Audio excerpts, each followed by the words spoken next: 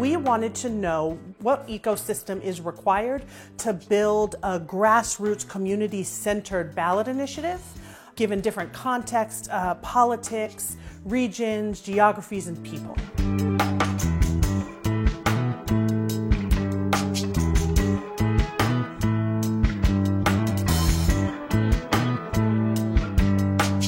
In all of these cases of our research has shown that ballot initiative fights were the only way to move the needle and that it works.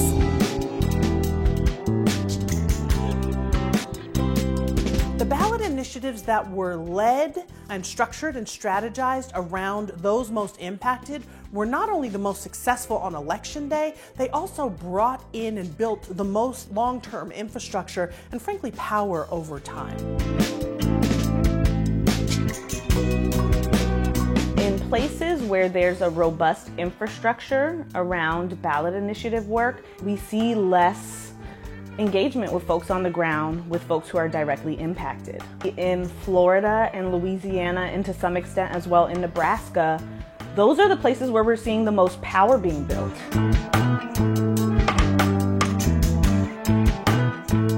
So many times you see in our communities that funding is coming in at the last minute or at the 11th hour.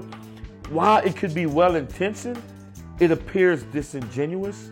And what it does, it creates an atmosphere to where now organizers are engaging in a transactional encounter as opposed to a transformational and relational encounter.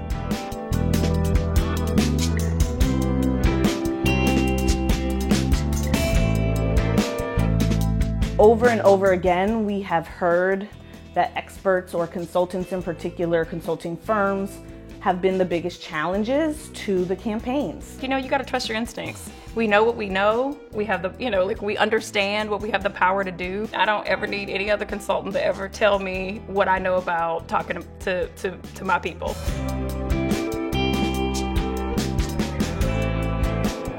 The only way to actually get that done is to be in it together and to recognize that we are all part of a machine and not one part of the machine is most important. It all works together.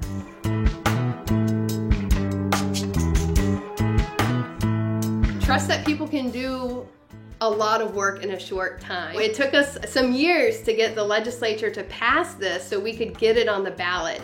And so once it passed in the legislature that summer, we only had a few months to build out a campaign to raise the money for it.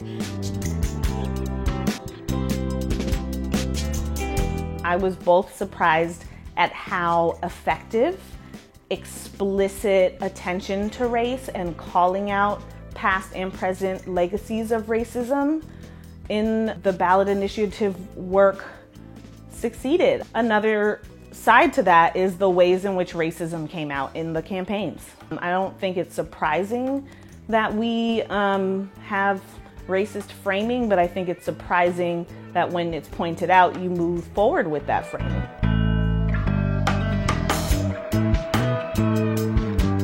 A heartfelt messaging strategy that talked about race in ways that felt comfortable to everyone that was listening, and also be honest, was very necessary, but also tricky.